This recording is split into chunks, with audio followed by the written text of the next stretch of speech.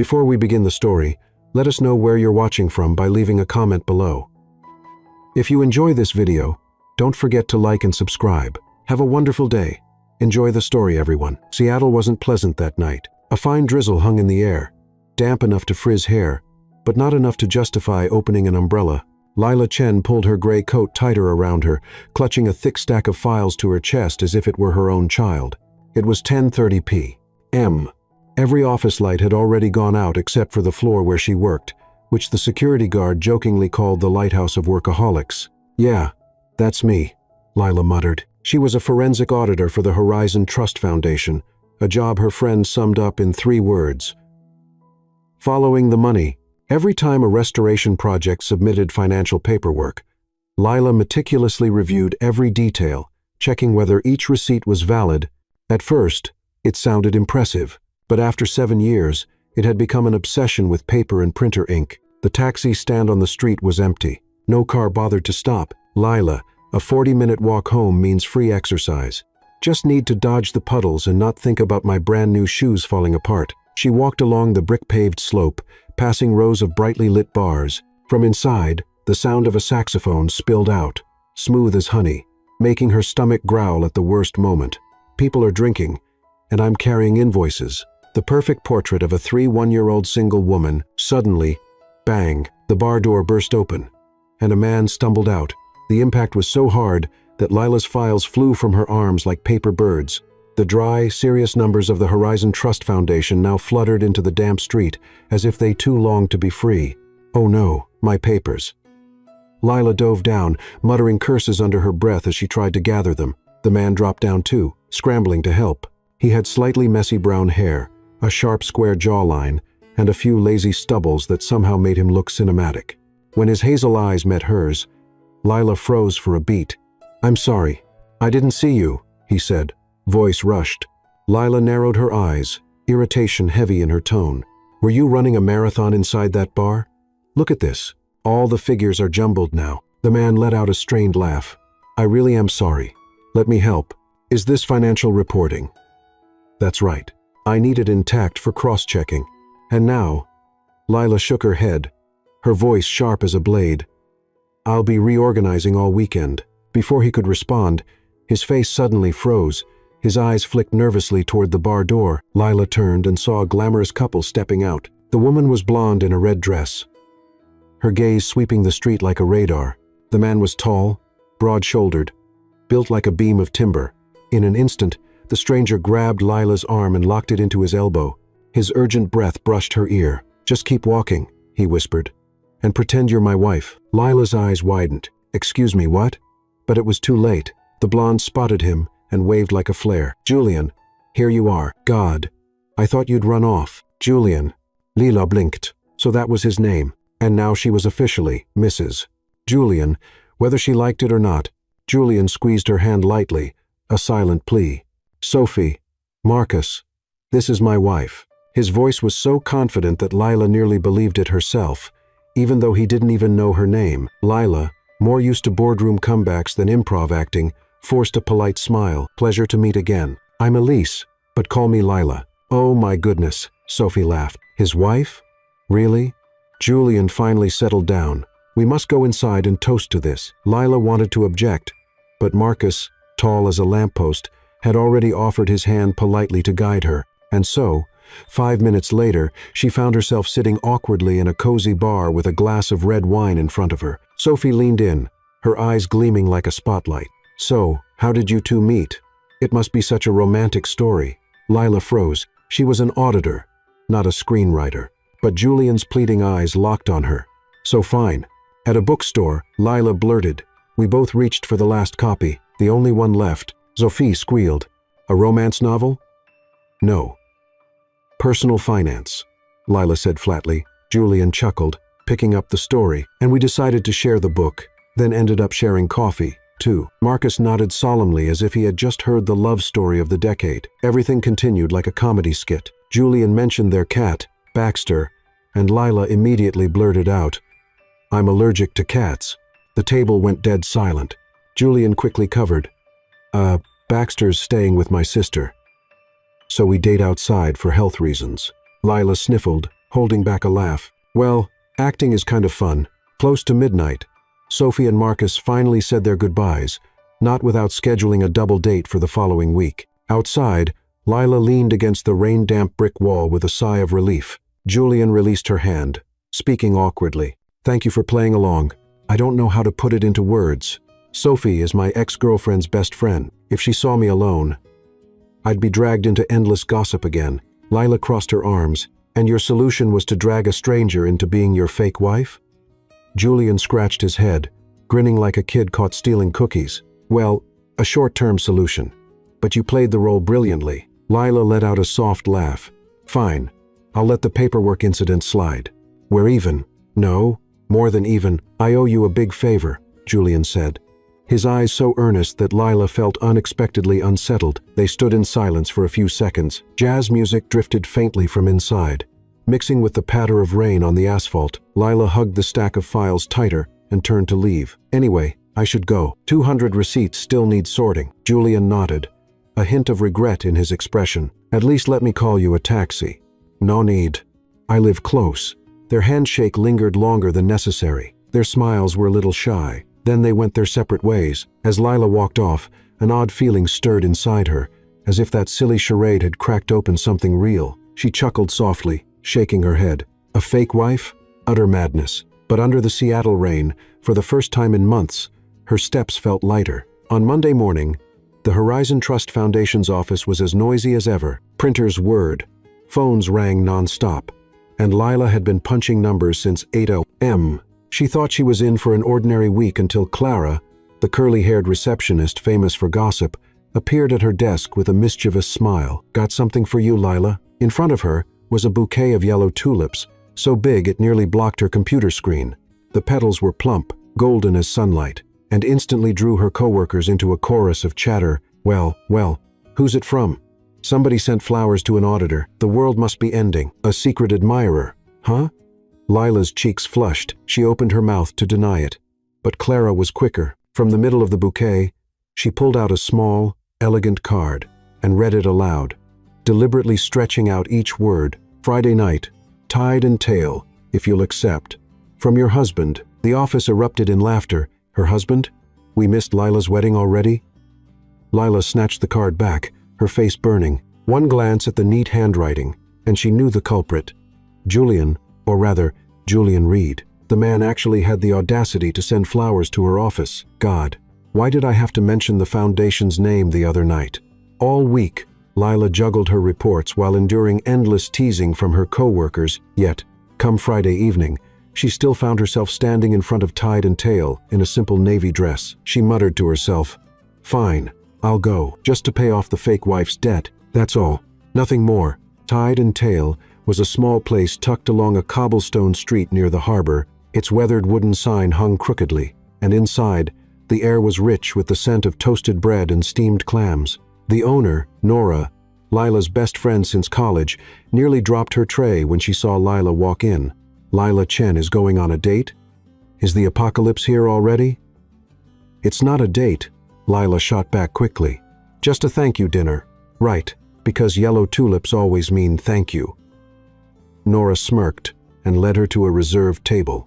Julian was already there in a light blue shirt, tapping his fingers lightly against his water glass. He rose when he saw her. "You actually came," he said, as if half in disbelief. Lila took a steadying breath. "Yeah, I thought I should come to close the play. This time, no audience." He gave a small smile, relief flickering across his face. Nora herself brought out 2 steaming bowls of clam chowder. "House specialty. If you two don't marry each other, at least marry the soup." She grinned and walked off, leaving them awkwardly staring at each other. "Her chowder's always special," Lila said, blowing on her spoon. She used to joke that keeping her grandma's recipe intact was the only way to keep the soul of the family. Julian tilted his head. "And you agree with that? Keeping the old things?" "Of course," Lila frowned. "Some old things are worth preserving, like memories.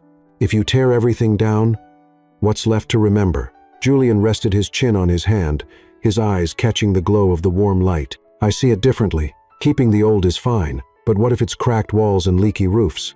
Sometimes you have to tear it down to rebuild. The new might be more beautiful, more useful." Sounds exactly like the property developers I've audited. Lila narrowed her eyes. He chuckled. Not kite. I don't want to destroy. I want to breathe new life into the old. Something in his tone gave Lila pause. Amid the steam of the chowder, his words carried a weight that didn't feel like a performance. Julian set his spoon down and leaned back. Have you ever heard of Cascade Mill? Lila blinked. The old textile mill by the Cascade River? It's been abandoned for over a decade. Exactly. My studio and I are restoring it into a community library. Ground floor cafe, second floor open library, top floor gallery space for young artists. His voice brimmed with enthusiasm, his eyes shining as though he could already see every brick and window frame. Without thinking, Lila murmured, "Sounds like a dream, but who'd invest in that?" Julian nodded. Horizon Trust Foundation is considering it. But I need support from inside, from people like you. Lila froze. You know where I work? You accidentally mentioned the foundation's name at the bar. I wasn't snooping. Julian smiled, waving a hand lightly. And even if you end up auditing this project, I don't want special treatment. I just want you to see its real value. Lila bit her lip, her heart skipping unexpectedly. Since when has a man spoken about an abandoned mill with the same intensity as someone speaking of love?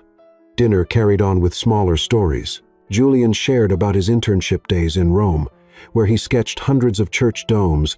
Lila recounted how her coworkers nicknamed her the receipt police. They laughed, more at ease than either had anticipated, but when Nora brought out dessert, apple pie sprinkled with cinnamon, Lila quietly rebuilt her guard. Don't get carried away, Lila. He's someone you might have to audit. You can't let ideals or smiles blur your judgment. She set her spoon down, adjusting her glasses. Anyway, thank you for the invitation, but we should treat this as just a social dinner. Julian studied her, as if he wanted to say more.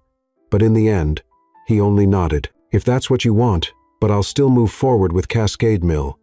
With or without your support. Lila pressed her lips together, feeling both relieved and oddly disappointed. When she left Tide and Tail, the Seattle drizzle was still falling. She stood beneath the awning, clutching the bouquet of yellow tulips, the proof of an invitation without an audience.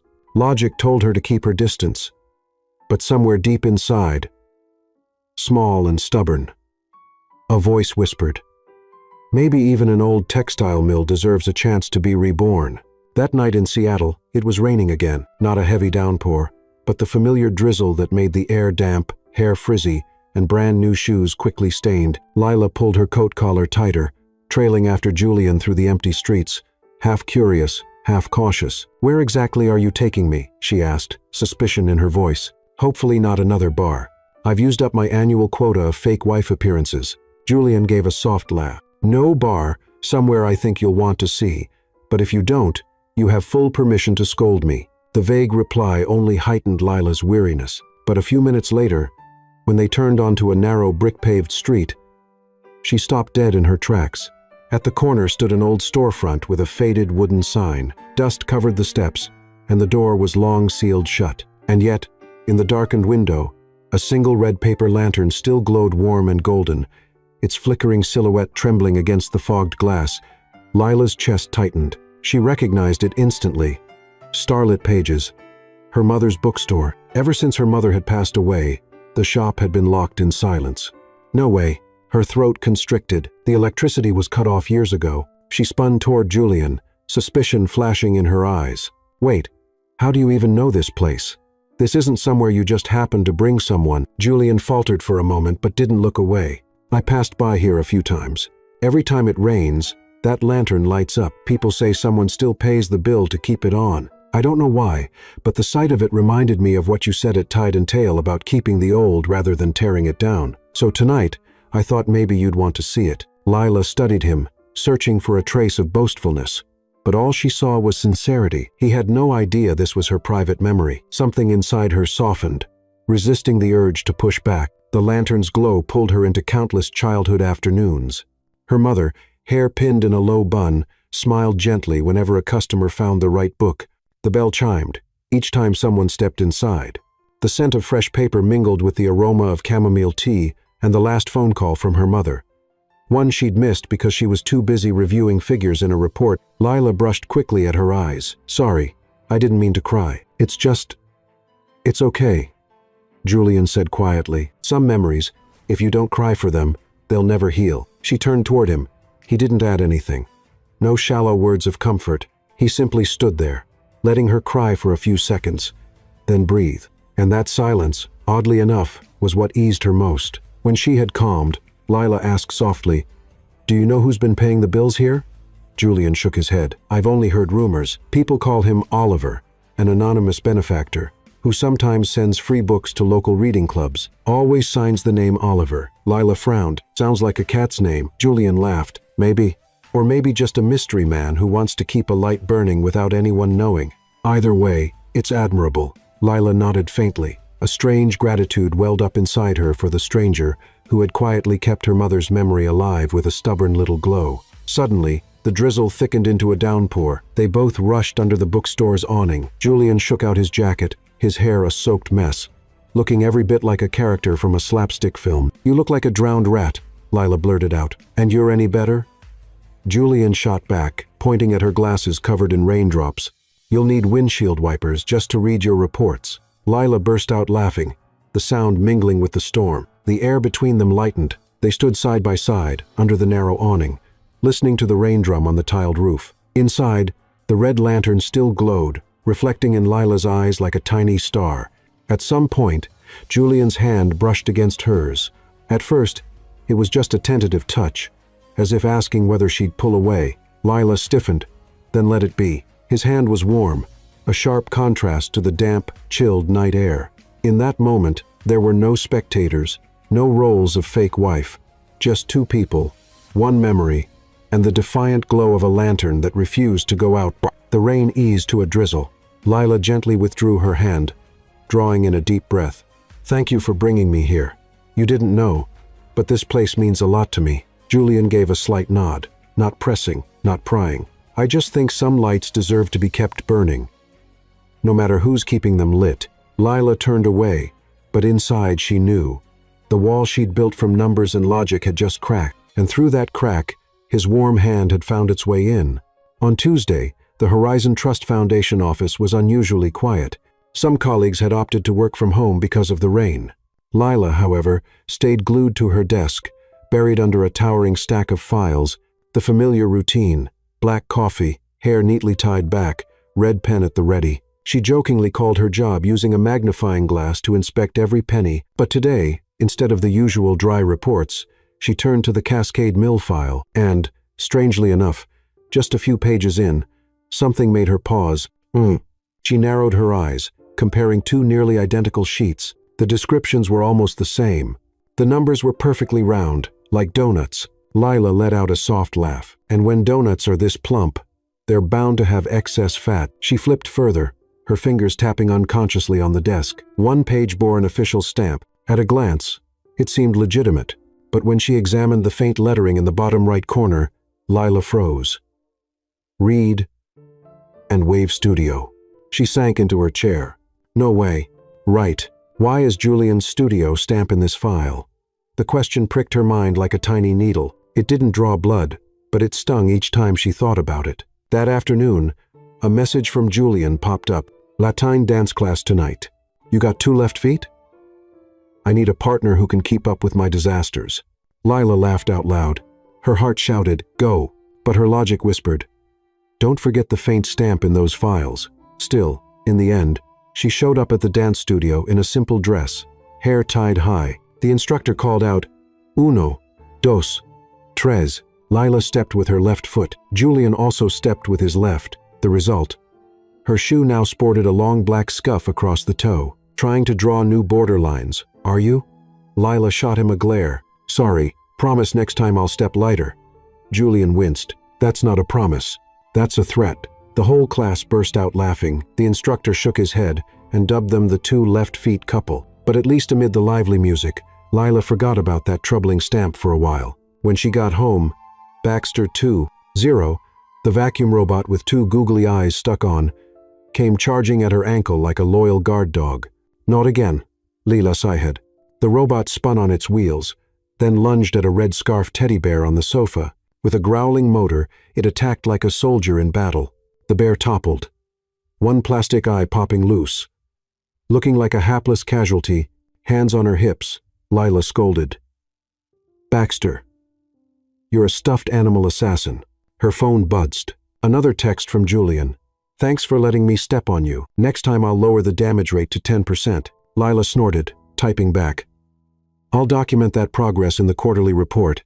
She set the phone aside, but her gaze drifted back to the Cascade Mill file on the table. Lifting a page, she turned it so that it was under the desk lamp. 3 invoices, nearly identical in terms of sum, all bearing the stamp of Reed and Wave. It could just be a coincidence.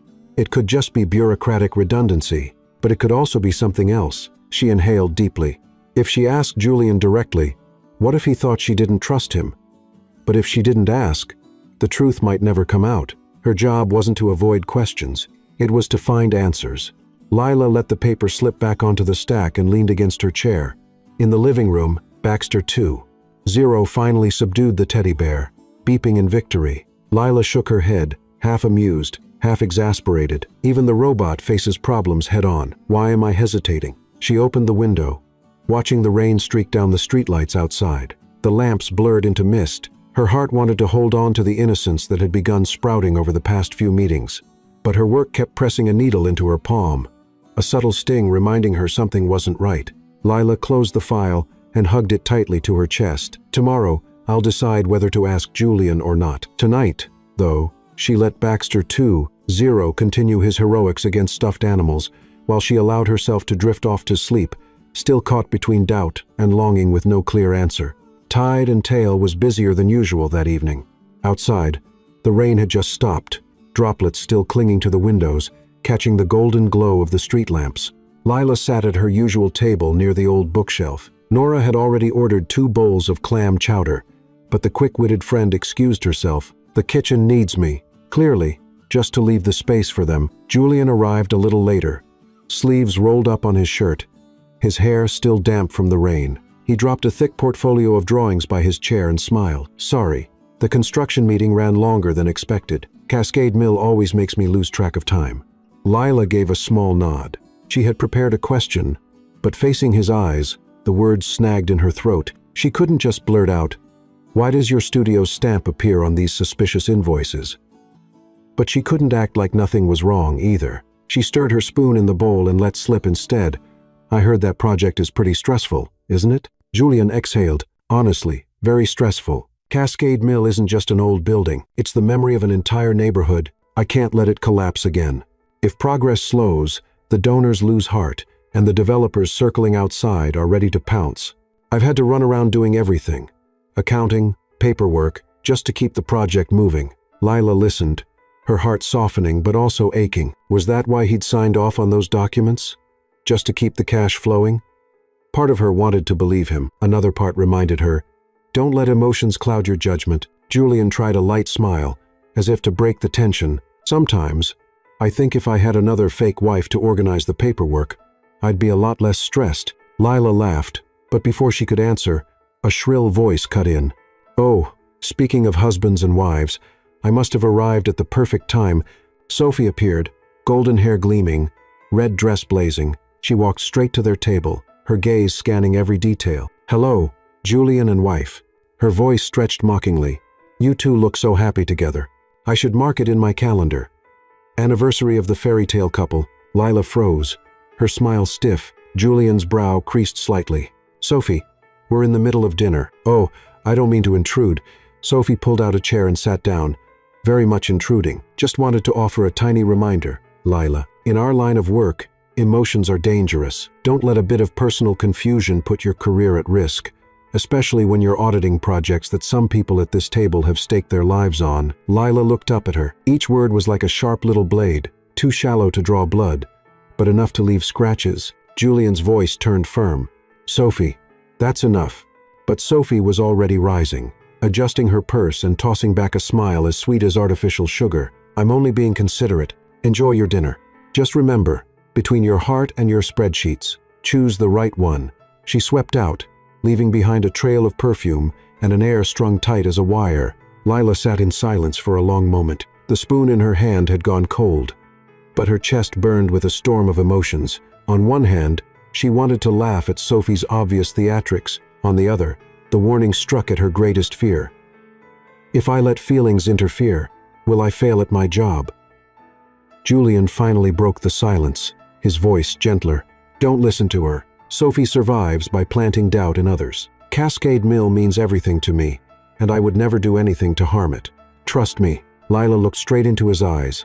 Honest, steady, yet Sophie's shadow still hovered in her mind like a stubborn ink stain. She drew a long breath, managing a small smile, her voice calm. I need more time. There are figures I still need to reconcile. Once I'm certain, I'll tell you. Julian nodded. No reproach. No pressure. I'll wait. Whatever happens, I want you to believe I have nothing to hide. Outside, the drizzle had returned. Lila tightened her grip on her bag strap. Dinner was supposed to be light and easy, but now all she could hear in her head was Sophie's parting words. Between your heart and your spreadsheets, choose the right one. The office of the foundation was unusually quiet that day. Lila sat alone before the glow of 3 monitors, her fingers clutching a red pen. After days of combing, comparing, and cross-checking every figure, the needle of her audit had landed on one place.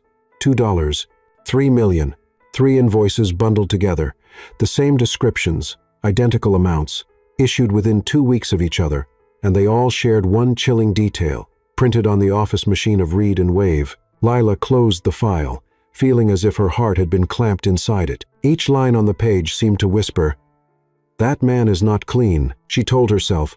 Don't let feelings interfere. You're an auditor. Work is work. But her heart rebelled, pounding furiously as if unwilling to accept it. That evening, she met Julian at a quiet cafe by the river. He arrived with his usual ease, shirt collar open, hands still smudged with charcoal from sketching, but when he saw the grave look on her face, his smile faltered. "What's wrong?" he asked, pulling out the chair across from her. Lila placed the file on the table, opening it page by page. Her voice trembled slightly, but it was firm. "Can you explain this?" 3 invoices totaling $2, $3 million. All printed from your office machine and the Read and Wave stamp in a place it has no business being. Julian froze. He bent over the stack of papers, his face tightening. After a long moment, he lifted his head, brown eyes burning with anguish. "Lila, I swear I had no idea these documents even existed. I didn't do this." Lila gripped her pen tighter, trying to hold steady, but ink doesn't lie. The stamp is here. Your printer. How can I ignore that? Someone in the studio could have used it without me knowing. Julian pressed a hand to his forehead. "I don't monitor every single printout. But I have never taken a dime from Cascade Mill." His voice cracked on the last words, but Lila couldn't soften. Sophie's warning echoed in her mind. Don't let emotions ruin your career. She shut the file with a sharp breath. "I need to stay objective. I can't defend you just because we've shared a few evenings together." Julian's eyes darkened. He gave a small nod, like a man accepting a sentence. "I understand. If you have to choose between me and your job, choose your job. But believe me, Lila, the truth will come out." He rose, his shadow stretching long across the floor, where the rain had seeped in through the doorway. Lila didn't stop him. That night, Lila returned to the little street where starlit pages stood. The old shop remained sealed shut, and as always, the red lantern inside glowed faintly, casting its stubborn warmth into the night. But this time, the light didn't comfort her. It only reminded her of that moment in the rain with Julian, his hand clasping hers. She stepped onto the porch, staring at the defiant glow for a long time. Tears pressed at her eyes, but she forced them back. With cold resolve, she reached for the outside switch. The lantern went dark. The corner sank into shadow. Her whisper broke against her own throat. "I can't let my heart lead me astray. I have to stay objective." Suddenly, rain burst down again, lashing against the glass. Lila turned away, walking into the storm, leaving behind a darkened porch and a dead lantern, her own silent proof of the decision she had made. That morning, when Lila walked into the Horizon Trust Foundation office, the atmosphere was off. People whispered, eyes glued to their phone screens. Clara, the curly-haired receptionist, shot her a glance, then hastily closed a news tab, as if afraid Lila might see. "What's going on?" Lila frowned. No one answered. Only when she sat down and opened her laptop did the headline hit her square in the face. "Playboy architect fakes a wife to cover up Cascade Mill financial scandal." Beneath it was a grainy photo of her and Julian, at tide and tail, laughing, their hands almost touching. The article twisted the story beyond recognition. Julian parading around a fake wife as the perfect cover while allegedly misappropriating millions in donor funds. The byline, Lucas Grant. A chill swept through Lila's spine. That afternoon, an emergency board meeting convened at the Foundation's council room. Director Harper laid the newspaper on the table, her voice sharp and firm. In light of this situation, Horizon Trust has no choice but to suspend all disbursements for Cascade Mill. We cannot allow a single dollar out the door while the media is in an uproar over this scandal. Someone spoke up. Perhaps it's time to reconsider selling to Pinnacle Urban. They've long expressed interest in buying that property. Lila's heart plummeted straight to the floor. Pinnacle? If that happened, Cascade Mill would become a gleaming shopping complex, wiping out the memory of the neighborhood forever. She wanted to protest, to shout that Julian wasn't greedy, that Cascade Mill deserved saving, but Sophie's voice replayed in her head. Don't let feelings ruin your career. Lila bit her lip hard and stayed silent. That evening, Lila sat at Tide and Tail, her head buried in her hands. Nora sat down a steaming mug of hot cocoa in front of her, then planted her fists on her hips. Are you going to say anything? Lila sighed. I'm not sure. There are documents. Nora cut her off, her tone unusually sharp. Lila, you live buried in numbers, but have you ever looked at people? Julian isn't that kind of man. I don't need proof.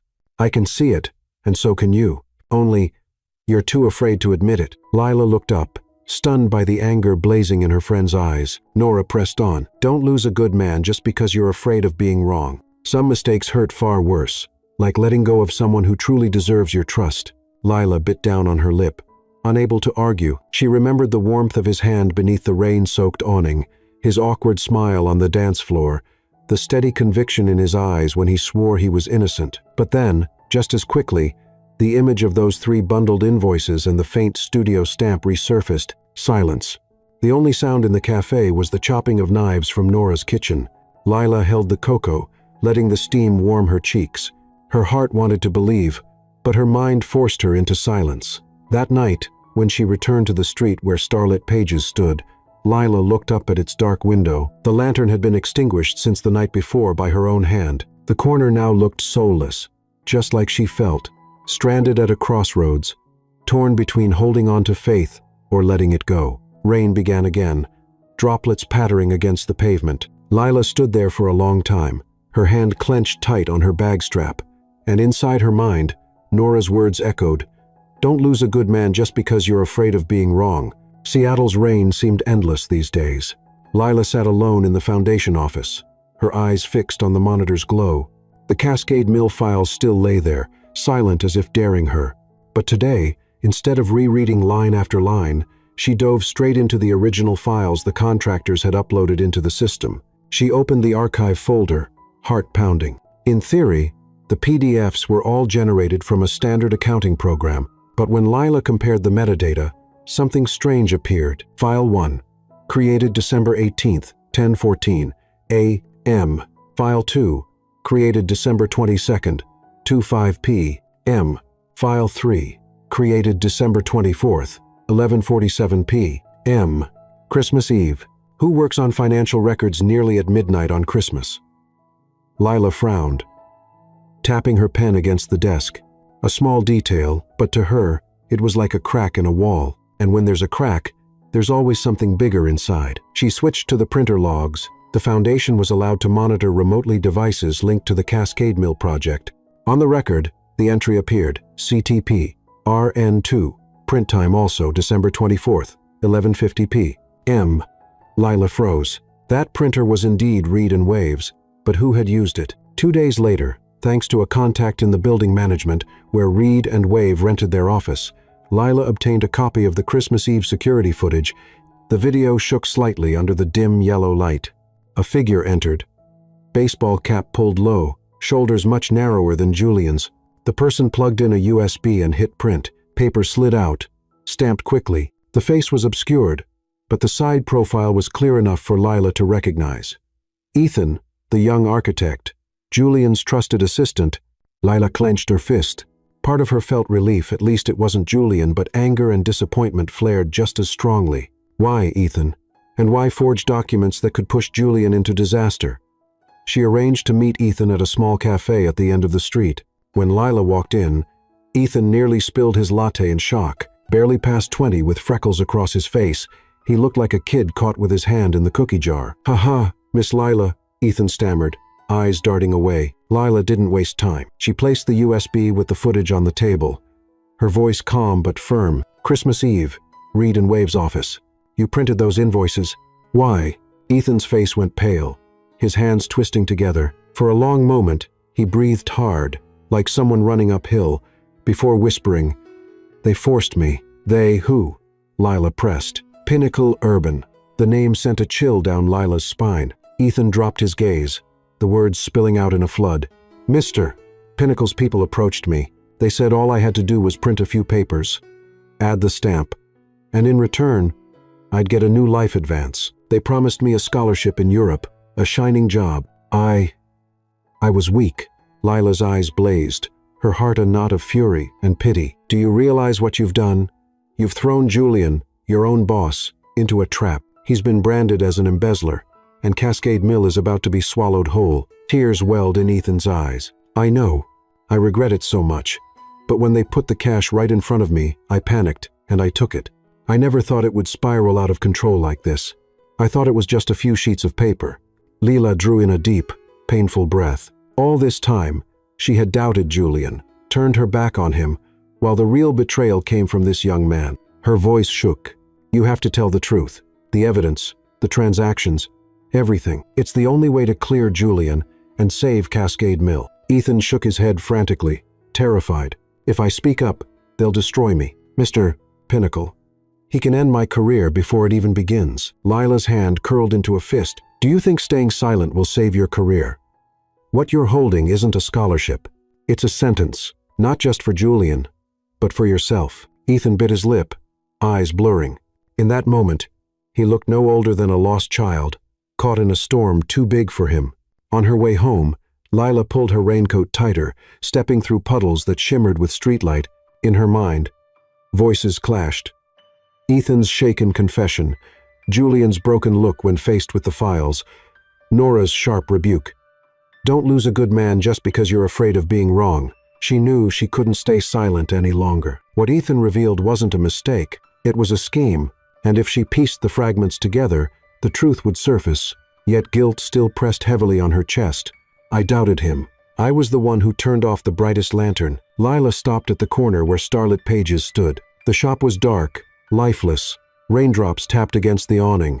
She stood there a long time, hand trembling on the switch outside. But she pulled it back. "Not yet," she whispered. "The lantern will shine again when the truth does." 2 days later, the little cafe at the end of the street still smelled faintly of cinnamon and played old Christmas tunes. Lila sat across from Ethan again, the silver USB drive lying between them like a tiny bomb. He trembled, fingers twisted tightly together, eyes darting anywhere but hers. "Ethan," Lila said slowly, her voice steady but firm, "if you hand over everything, emails, transfer records, and the original PR contract Sophie drafted, you'll still have a chance to make this right. If you hold on to it, it will only drag you down further." Ethan shook his head, his voice breaking. "I'm scared. They'll destroy me. Sophie. Pinnacle, they have power. I'm just an intern." Lila rested her hand lightly on the USB, her gaze unflinching. "Do you really think they'll spare you? When everything comes out, they'll need a scapegoat. And that scapegoat will be you. Julian is already carrying the blame for you. Are you really going to sit back and watch the man who trusted you be buried alive?" Ethan blinked rapidly, tears glinting in the warm yellow light. After a long pause, he pulled out a crumpled envelope from his bag. Inside were printed documents and a second USB. "This is the contract. I backed it up because I was afraid they'd betray me, too. Sophie wrote the directives for the smear campaign." And here, he laid down a few more sheets, bank transfer slips clearly marked with payments labeled "Advance for European Scholarship."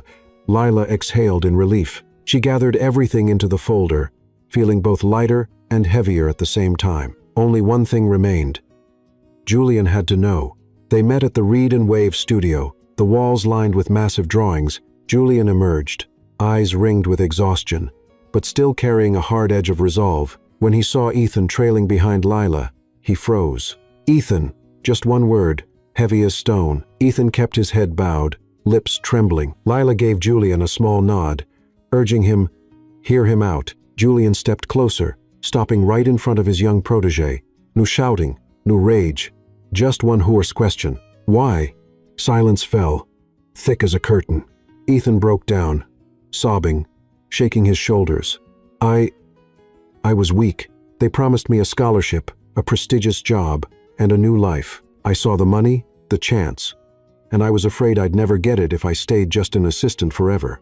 I betrayed you. Tears splattered onto the blueprint, spread across the table, smearing into dark stains. Julian stared at him quietly, his face carved with deep disappointment. But when he spoke, his voice was gentler. Ethan, if you had come to me from the start, I could have found a way to help you. Instead, you took the shortcut, and it shoved Cascade Mills straight into the wolf's mouth. Do you understand? You almost killed a whole memory. Ethan's breath hitched, and he collapsed into a chair. I'm sorry. You don't expect forgiveness. Just please give me a chance to set this right. I'll hand over all the evidence. I'll testify. Expose Pinnacle and Sophie.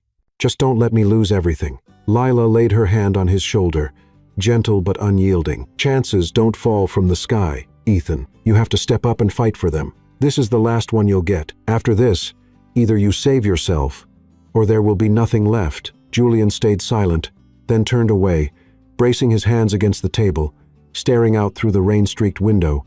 After a long moment, he gave a slight nod. Start by telling the truth. All of it. Ethan wiped his tears, still shaking, but his eyes flickered with a fragile light, like a lifeline had just been thrown his way. When Ethan finally left, only Lila and Julian remained. The rain whispered against the awning outside, blending with the steady hum of the plotter in the corner. Lila placed the folder on the desk, meeting Julian's gaze. You see, it wasn't you. They set the trap. I'm sorry for doubting you. Julian turned, his eyes weary but carrying a flicker of relief. You were doing your job. I don't blame you. But Lila, thank you for chasing the truth. I thought it was all over. In that moment, their eyes locked. No defenses, no walls. Just the truth laid bare, and a fragile but fierce new trust rising in its place. Lila smiled faintly, the weight on her shoulders finally lifting. For the first time in weeks, she felt the lantern she had extinguished inside herself begin to glow again. On Tuesday morning, the Horizon Trust Foundation office buzzed with unusual energy. Clara, the curly-haired receptionist, struggled to carry in a heavy cardboard box, which she dropped on Lila's desk. For you, Lila, your name's on it. Zender. Oliver Reed. Looks like books. Books? Lila frowned. Yep. The label says Starlit Pages Reading Club. Some old community reading club is still in our system, I think. Clara shrugged and walked off. Lila froze. Starlit Pages, her mother's bookstore. The place where, on many afternoons, her mother would read fairy tales to children from the neighborhood. After her mother's passing, the shop had gone silent, but clearly, the club's name still lingered in the community database. And now the package had been forwarded to the foundation under her name. Her hands trembled as she tore open the tape. Inside was a stack of books.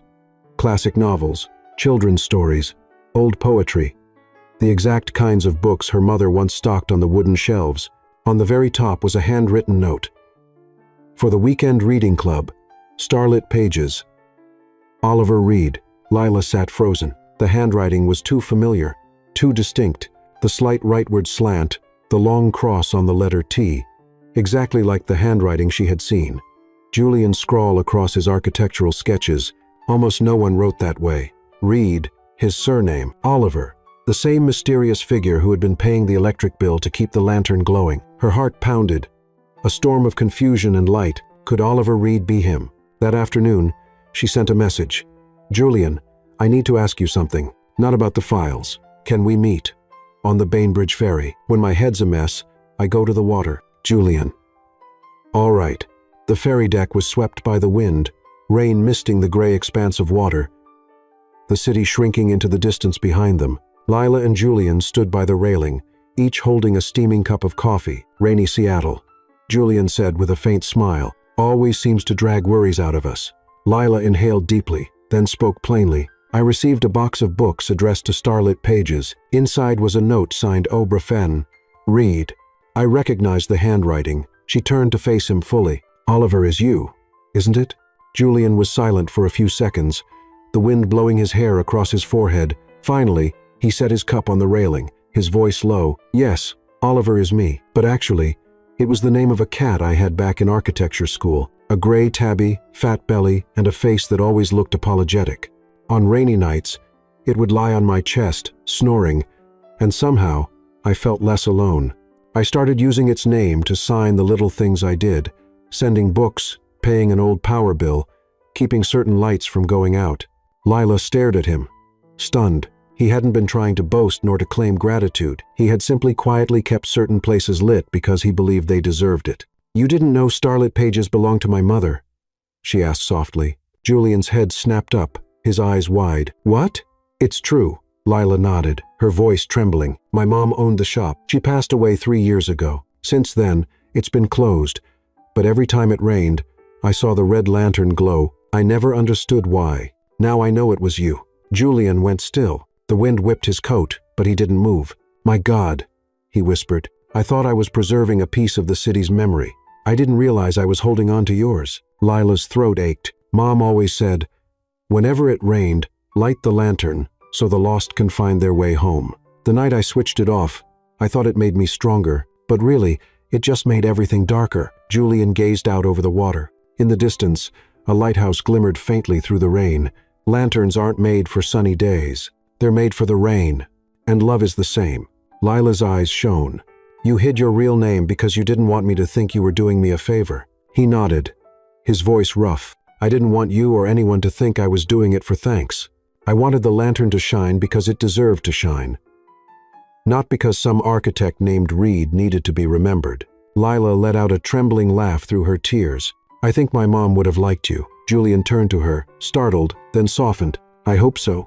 At the very least, she had good taste because she left you to this world." She laughed and playfully punched his shoulder. Then, with nothing left between them, they stood quietly in the rain, their hands brushing together. When the ferry docked, they returned to the street where starlit pages stood. The awning was damp, the glass door dusty. Lila placed her hand on the same switch she had once flipped off. She whispered, "For the lost, so they can still find their way," and turned it on.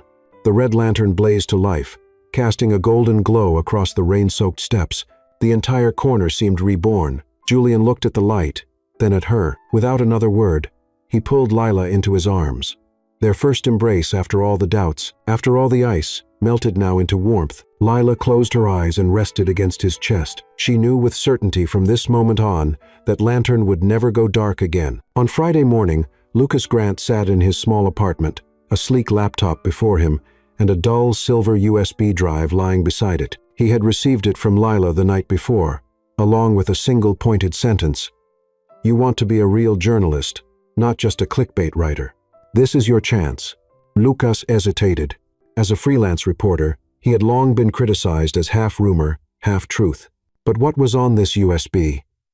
An audio recording of an internal PR meeting at Pinnacle Urban could change everything. He hit play. Sophie's voice rang out, clear and cold. "We'll hammer the image of Julian Reed as a philanderer. Spin the story of a fake wife, so the public sees him as a fraud through and through. Crowds love drama, love scandal. Once this spreads, no one will care about Cascade Mill anymore." A pause. Then another voice asked, "What if someone checks the actual financial records?" Sophie gave a sharp laugh. "We only need enough time for Pinnacle to snatch the project. By then, who cares who was right or wrong?" Lucas shut his eyes, trembling all over. This was the truth he had to publish. Without another second of doubt, he opened a blank document and typed the headline, "The Truth Behind the Cascade Mill Scandal, a Dirty PR Campaign by Sophie and Pinnacle." The article went live at 9 a.m. Within hours, social media erupted. Hundreds of shares, thousands of furious comments. Residents who remembered attending reading sessions at Starlit Pages or passing by Cascade Mill voiced their memories and their desire to see the building preserved. An online petition appeared. "Save Cascade Mill. Restore the truth to the city." In just 24 hours, it gathered over 25,000 signatures. Local TV channels picked up the story, replaying old footage. Cascade Mill in its heyday. Textile workers smiling at their looms. The bustling neighborhood before it was abandoned. Public pressure surged. The Horizon Trust Foundation board was forced into an emergency meeting. Director Harper stood before the microphone and declared, "We are officially reinstating disbursements for Cascade Mill. The truth is now clear. The project was smeared by unethical media tactics. The foundation will move forward with Read and Wave to preserve this historic site. In the boardroom, Lila sat frozen. She had feared until the very last minute, but now it felt as if a stone had been lifted from her shoulders. Julian turned toward her, his eyes soft. "You did it." Across town, Sophie seethed with rage as she read Lucas's exposé, but the audio recordings, the black PR contract on the USB, and Ethan's testimony, all of it stood against her. Pinnacle Urban scrambled into a press conference. Mr. Pinnacle, pale-faced, read a statement. "We apologize to the community for mishandling information. We are terminating our contract with Sophie Carter and will fully cooperate with the investigation." Reporters fired questions. "Did your company deliberately spread falsehoods to seize Cascade Mill?" Pinnacle dodged, but his evasiveness only stoked public anger further. Sophie's fate was harsher. The leadership dismissed her that very afternoon. As she exited the building, a mob of photographers swarmed her. Flashbulbs exploding, the once proud face was now drained, her eyes hollow. After sleepless nights, Ethan finally agreed to cooperate with investigators. He submitted all the emails and transfer records, and confirmed that Sophie had approached him, coerced him to sign, and lured him with false promises of scholarships. In an internal meeting at Read and Wave, Julian sat across from him, voice calm but unyielding. "Ethan, I asked you why. I think now I know. But you must answer for yourself. Do you want to be remembered as a traitor or as someone who found the courage to make things right?" Ethan broke down, collapsing onto the table. I beg for a chance. I'll do everything. Testify. Hand over all the evidence. Name Pinnacle and Sophie. Just please don't let me lose everything." Julian laid a hand on his shoulder, his eyes heavy with sorrow but firm. "The chance is here. Don't waste it again." That evening, as the sun faded behind the clouds, Lila and Julian stood together before Cascade Mill. The old building was still strewn with moss, its broken windows catching the weak golden light. But now dozens of citizens had gathered, holding signs. "Save Cascade Mill. Don't let Pinnacle erase our memories." A group of high school students strummed guitars, singing an old tune once heard in the textile halls. An elderly woman with silver hair smiled through tears. "I used to work here. Never thought I'd live to see Mill come back to life." Lila squeezed Julian's hand. "Do you hear it? The city is standing with us." He nodded, eyes shining with renewed conviction. "Not just us. This truth belongs to everyone." That night, Lucas called, his voice a mix of excitement and emotion. "The article is the most read this month. But more importantly, people are beginning to believe again that journalism can expose the truth, not just peddle gossip." "Thank you, Lila." "Thank you, Julian." Lila smiled and replied, "No, Lucas, you chose the harder path, telling the truth. The city needed that." The following day, the Horizon Trust Foundation resigned its contract with Read and Wave. New disbursements were approved immediately. Cascade Mill was officially safe from being sold off. In the boardroom, Lila presented the revised financial plans. Julian stood at the far end of the table, watching her quietly, pride clear in his eyes. She realized then they hadn't just saved a building. They had restored trust in the city and in themselves. That night, Lila returned to starlit Pages Street. The red lantern had been glowing since the night before, but she wanted to see it once more. As she stepped onto the porch, she found Julian already there, hands in his coat pockets, gazing at the light. "Tomorrow it will all be official," he said. Sophie ousted. Pinnacle forced to apologize.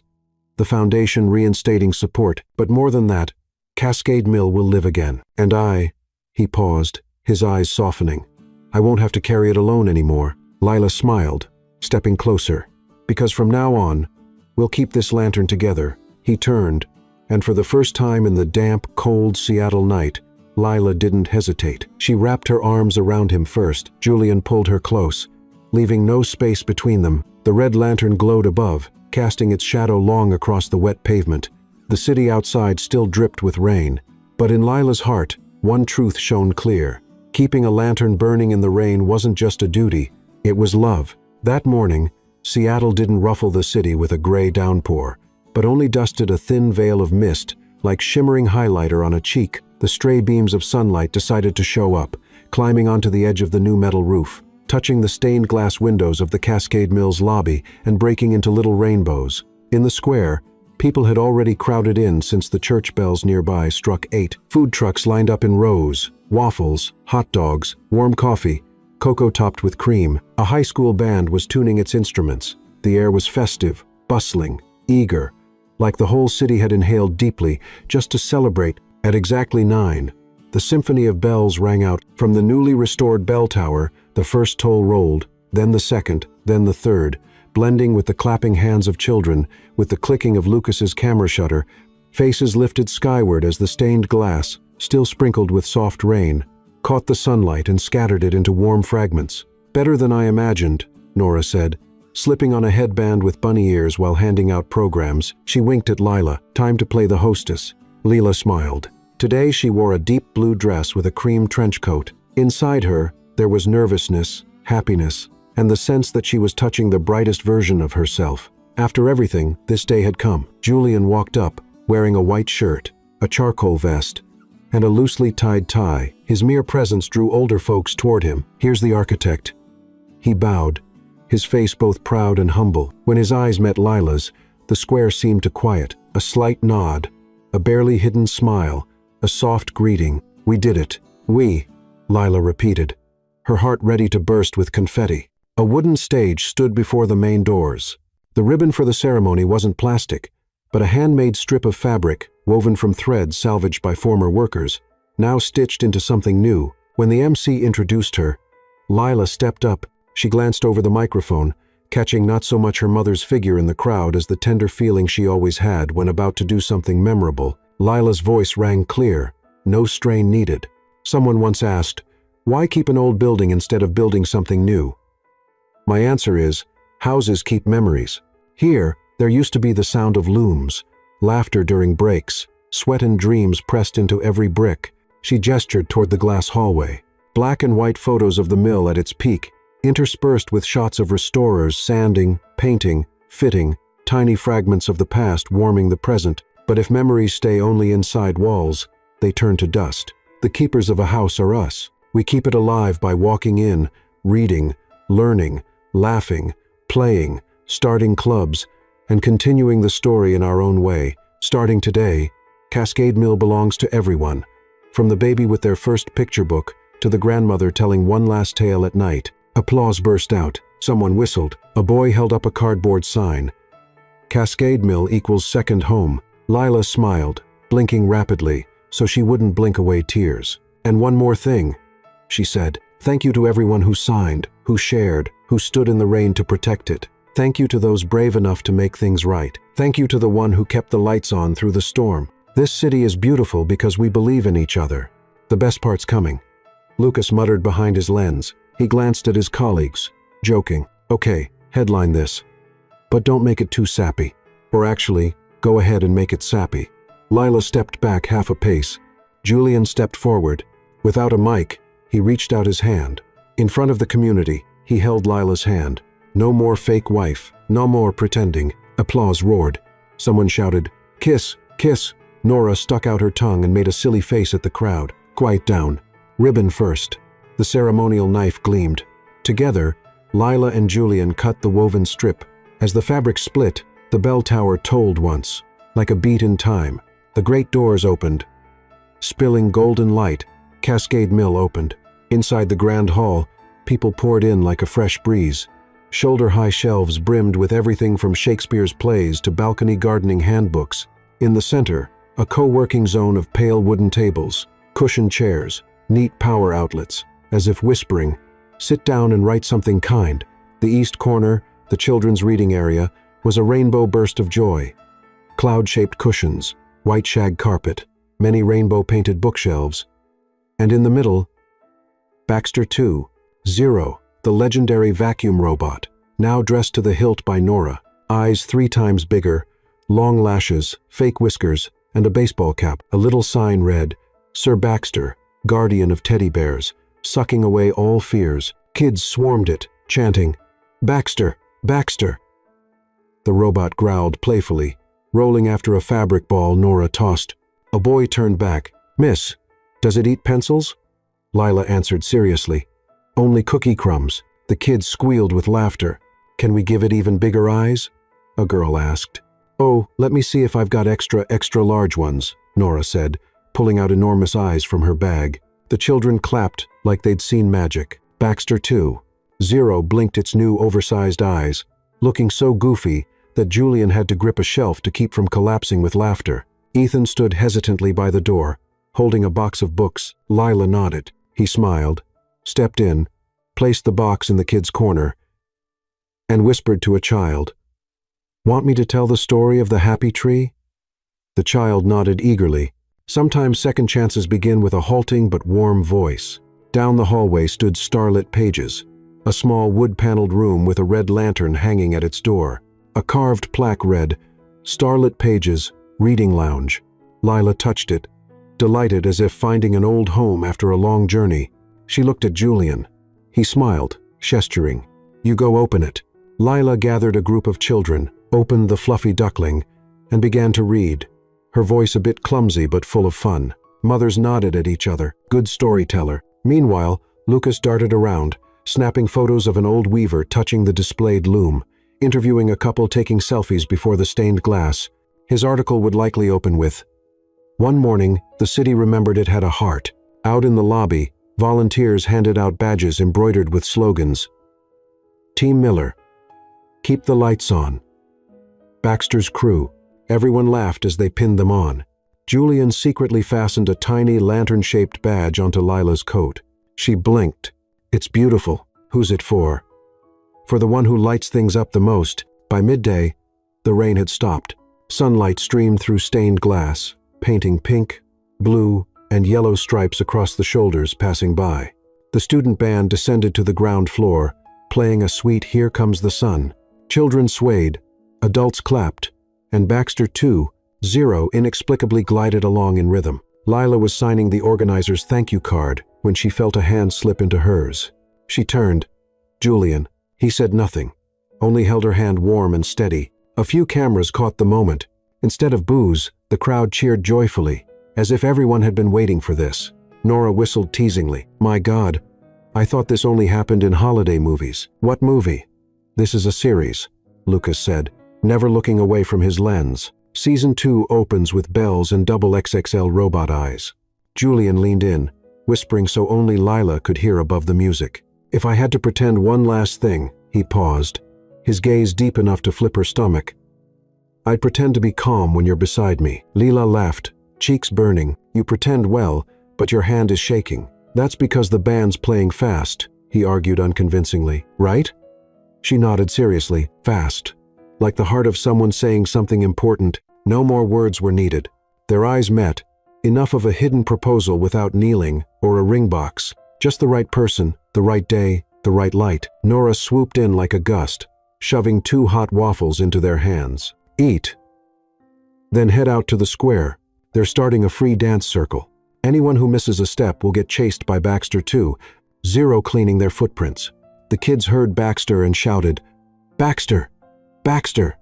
The robot growled and darted after a drifting soap bubble. The whole room erupted in laughter. Lila bit into her waffle, powdered sugar dusting her nose. Julian brushed it away with his thumb, eyes triumphant like he'd solved a tough puzzle. "There, confiscated illegal sugar." "Oh, please," Lila glared. But her heart melted like frosting. At dusk, the square became a dance floor. A big circle formed with the student band playing Latin rhythms. Uno, dos, tres. The count rang out.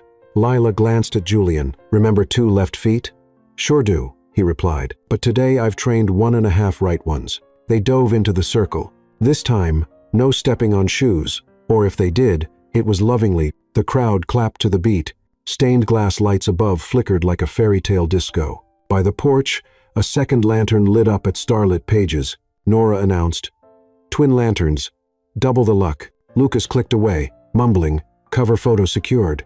Ethan lifted a child, teaching them to count uno, dos, tres in his clumsy accent, making the mother laugh uncontrollably. An old man held up his 1,968 mil worker badge, bragging, "I'm back as chess room manager." The crowd applauded like he'd landed a dream job. The sky cleared, stars peeked out, shy as new guests. But below, no one was shy. Talking, laughing, dancing, and grabbing another hot dog because why not? Baxter 2-0 was given a 15-minute recharge, breaking a sign that read snoring. Children guarded it like a national treasure.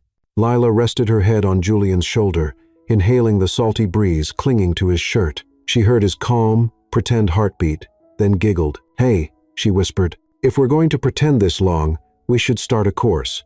Pretending to stay calm 101. "Yeah," he answered. Lesson 1. Holding hands, final exam. "Keeping them. I claim an A+, Lila declared, squeezing his hand tighter. The bells tolled to close the event. Soft like a promise, people drifted into small groups, heading home, but Cascade Mill's lights kept spilling into the street. The stained glass no longer reflected rain. It reflected smiles. Before leaving, Nora yelled, "Group photo!" Everyone squeezed onto the steps. Lucas set his camera timer, sprinted into the frame, and tripped over Baxter 2-0, out of charge. Laughter exploded. 3, 2, 1. Click. The moment was captured. Hands linked. Eyes bright.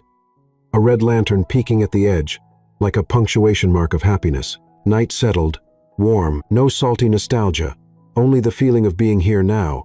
Together, Lila and Julian walked slowly through the hallway, past the children's corner where Baxter 2-0 slept, eyes half shut, past starlit pages where a young volunteer carefully stacked books. They slipped out the back door into a damp wooden alley, pausing to gaze at the mill's facade, an old house renewed. "We'll come back tomorrow," Lila said, and the day after, Julian added, "and on rainy days too," they said together, laughing. Somewhere in the city, new stories were beginning. Here, the old one was smiling, and as Lila tightened her grip on Julian's hand, she knew if anything deserved to be as sturdy as brick, as clear as glass, as bright as lanterns, it was the joy they just lit, simple, loud enough, radiant. "Let's go," Julian said, "before Baxter 2-0 thinks we abandoned it on overnight babysitting duty." Lila burst out laughing. "Tomorrow, it'll be promoted to honorary butler." "And me?" Julian asked. "You're the professional pretend-to-be-calm architect." They bumped foreheads, laughed, and stepped into the night, hand in hand, under a sky, imperfect but brilliant. Behind them, Cascade Mill still glowed. Ahead, the city opened wide like a brand new book, fresh with the scent of paper, ready for them to write.